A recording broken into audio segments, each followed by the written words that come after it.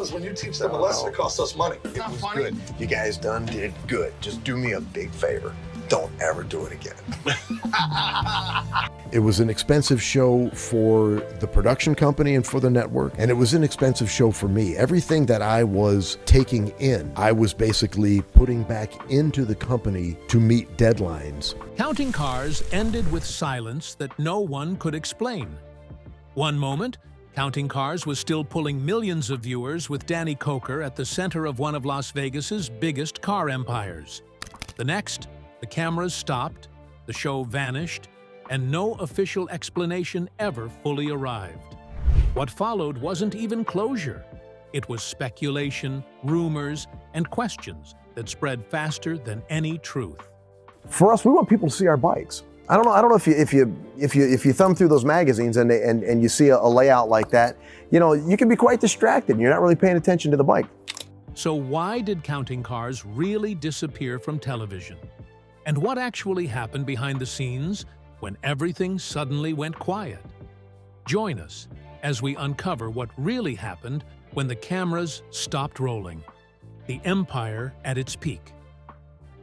Danny the Count Koker was born in Cleveland, Ohio in 1964, the son of a Ford engineer and gospel musician. From childhood, he was surrounded by two worlds: the mechanical precision of engineering and the creative expression of music. His father taught him that you could build things with your hands, while his family's gospel performances taught him how to command an audience. By the time Danny was 8 years old, he had already restored his first motorcycle, setting the trajectory for a life defined by turning forgotten metal into gleaming masterpieces. When Danny moved to Las Vegas, he brought this unique combination of mechanical skill and theatrical showmanship with him. He created the character Count Cool Rider for a local horror movie show, complete with cape and over-the-top charisma. He opened Count's Customs, a high-end custom car restoration shop that became a destination for serious collectors and enthusiasts. He launched Count's 77, a rock band that performed regularly in Las Vegas. He created Count's Vamped Rock Bar and Grill, a leather-filled venue that blended his passion for music and cars into a single experience.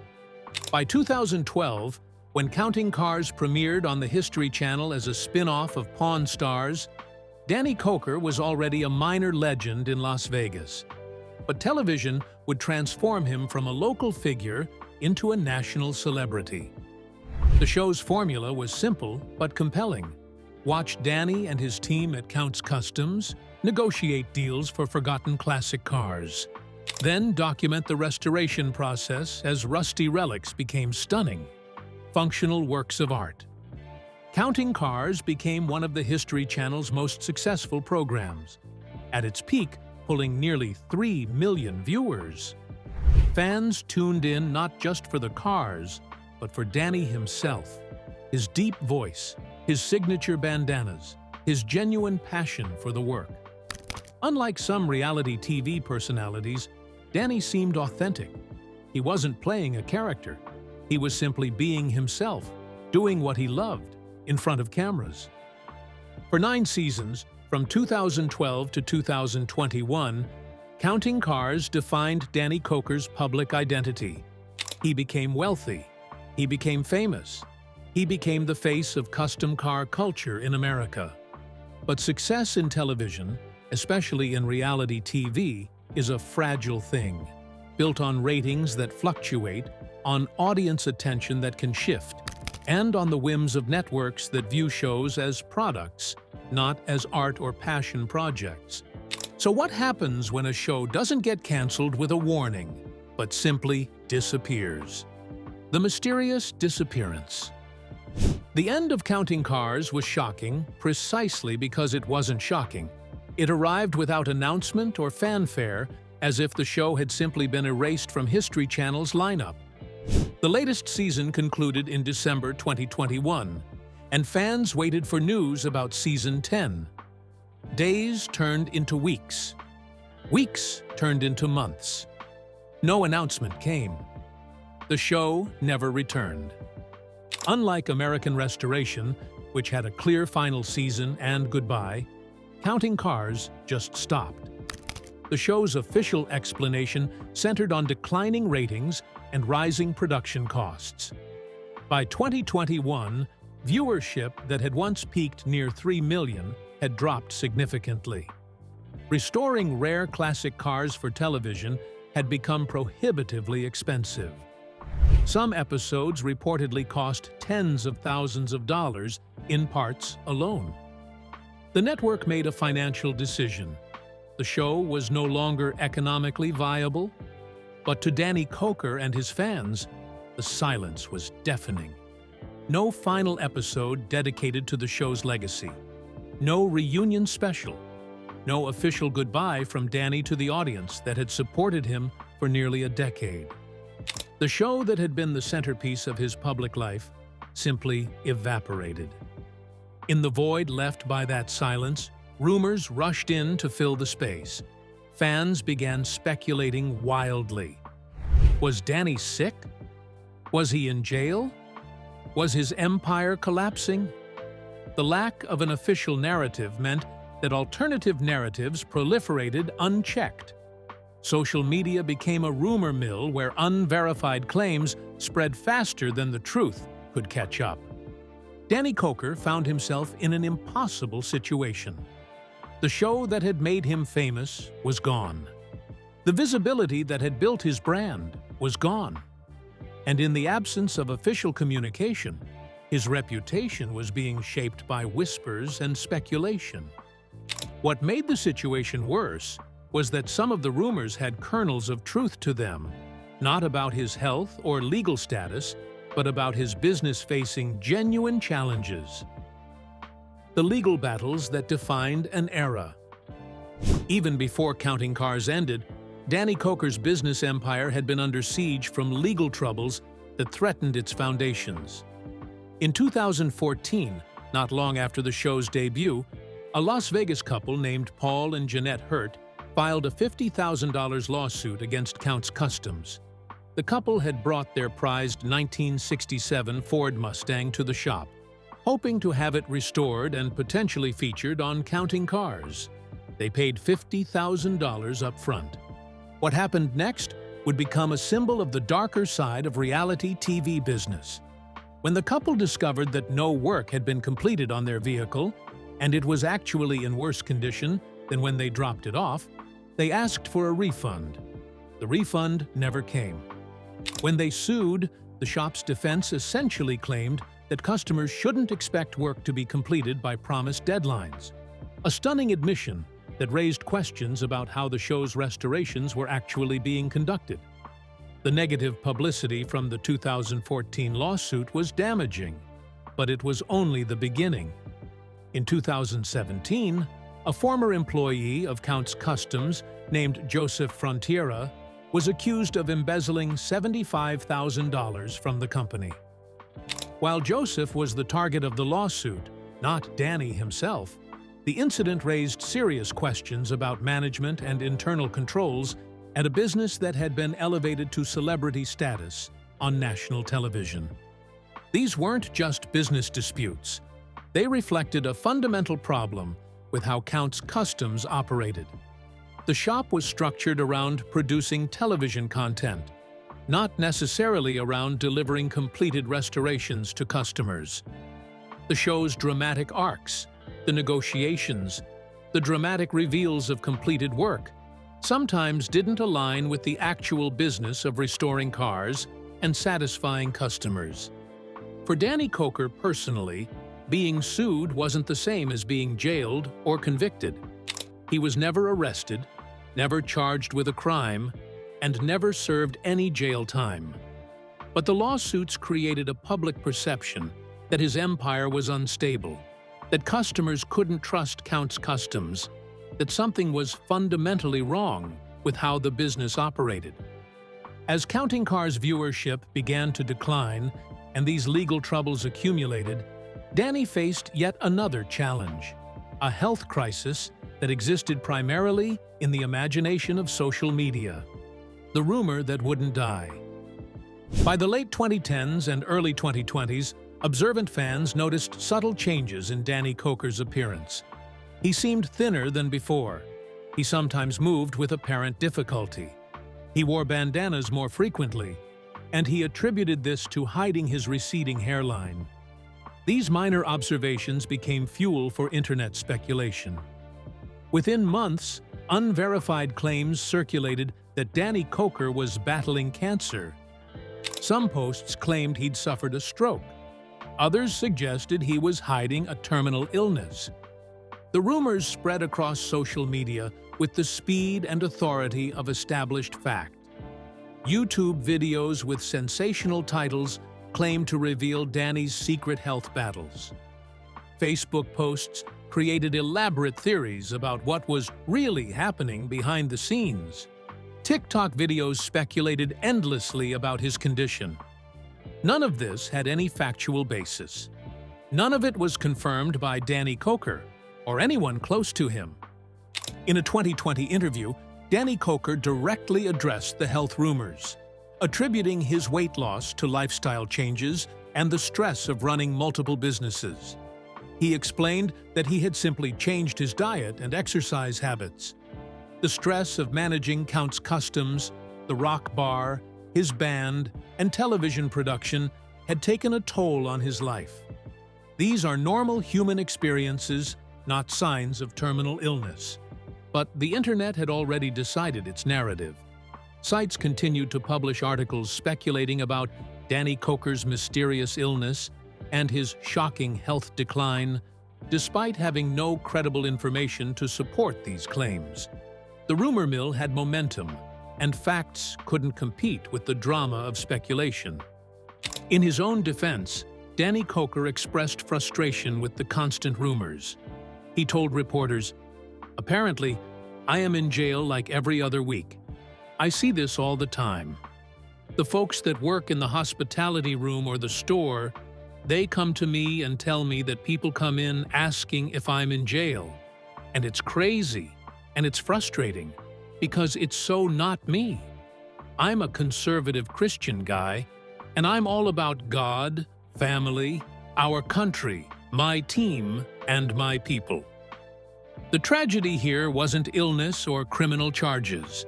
The tragedy was watching your reputation shaped by lies while the truth struggled to be heard. And unfortunately, that wasn't even the end of the reputation-damaging rumors. The CBD rumors. After the sudden disappearance, rumors claimed that Danny Koker had stepped away from his custom car restoration business and had shifted into selling CBD products online. Some versions of the story even suggested he had personally promoted these products on television and social media, attaching his name and image to advertisements that circulated widely on the internet. In more extreme claims, he was also falsely linked to legal trouble and alleged arrests connected to these supposed business activities. Danny firmly denied all of it.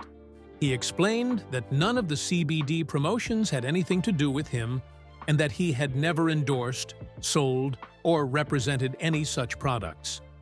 According to him, the entire narrative was fabricated and spread through misleading online posts, edited images, and fake advertisements designed to look legitimate. He described being surprised by how convincing some of the content appeared. In some cases, people had genuinely believed the ads were real, and had even approached him saying they had purchased products they thought were connected to him. Danny revealed that these interactions were frustrating because they were based on something that never actually happened.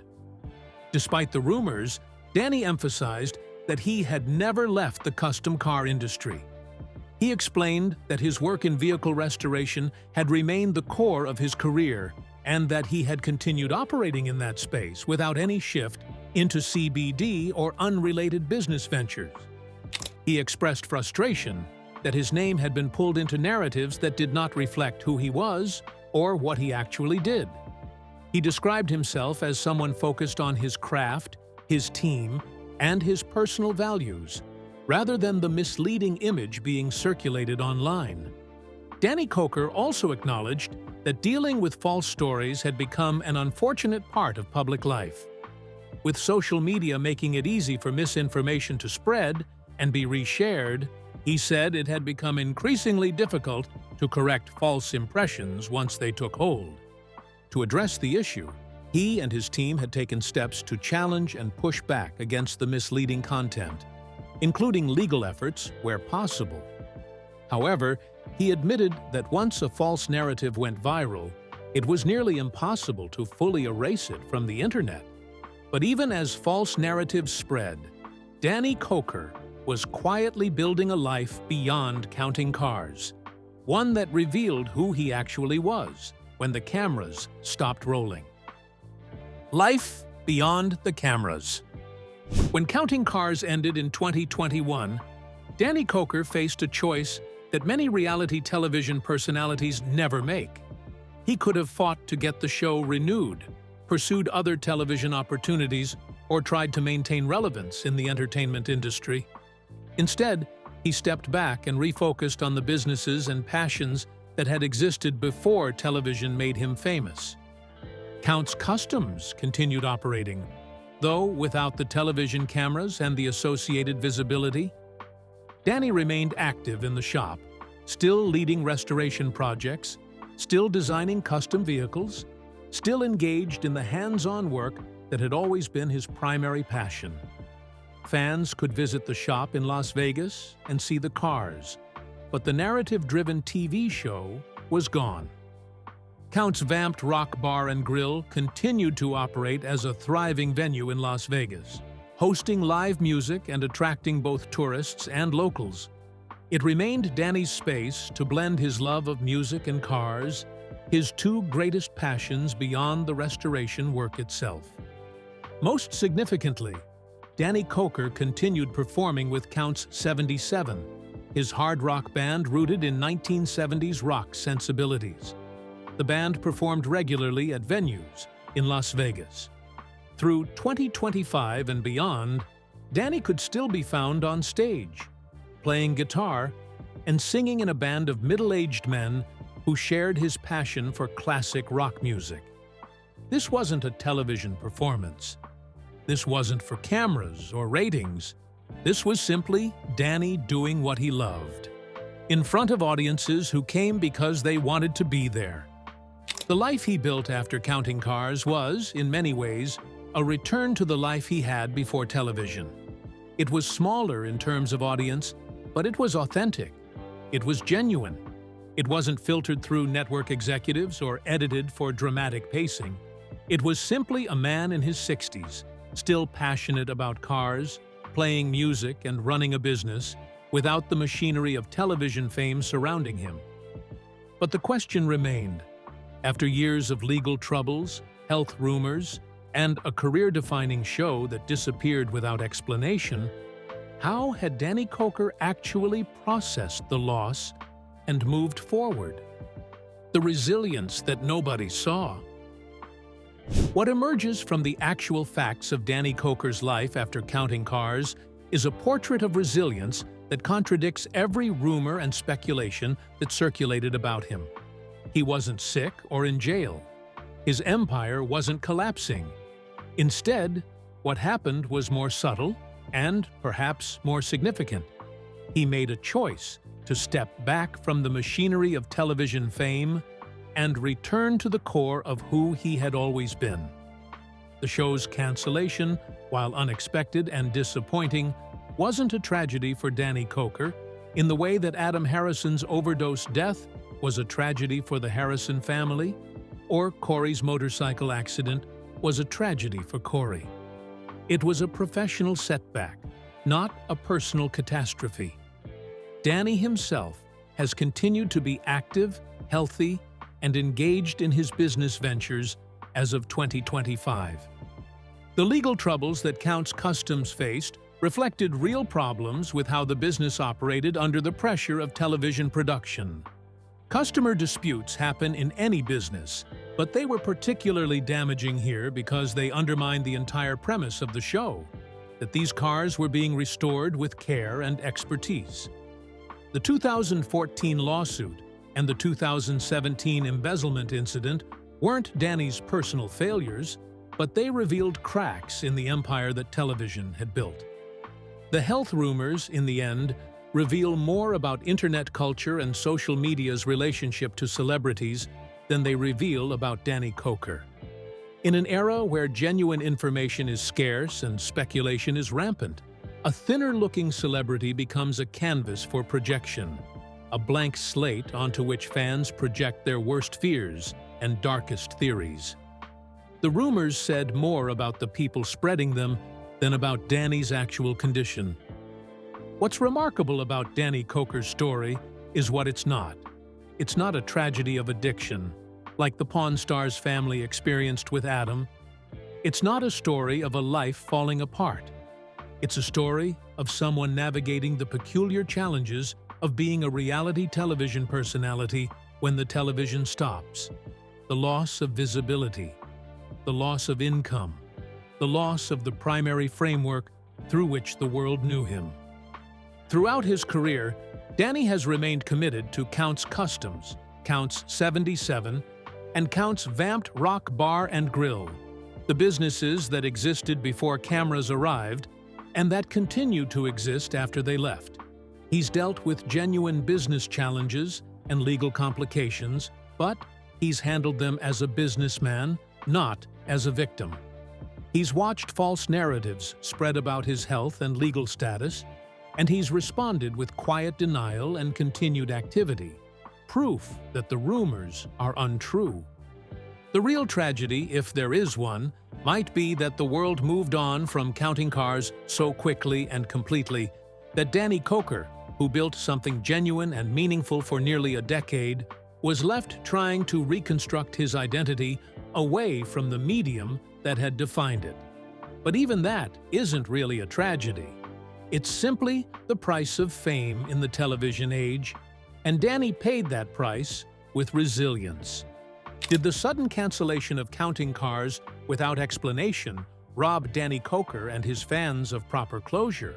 Or was it simply a business decision in an industry driven by ratings? Should reality television personalities be given more agency in how their shows end? Or is the show ultimately the network's property?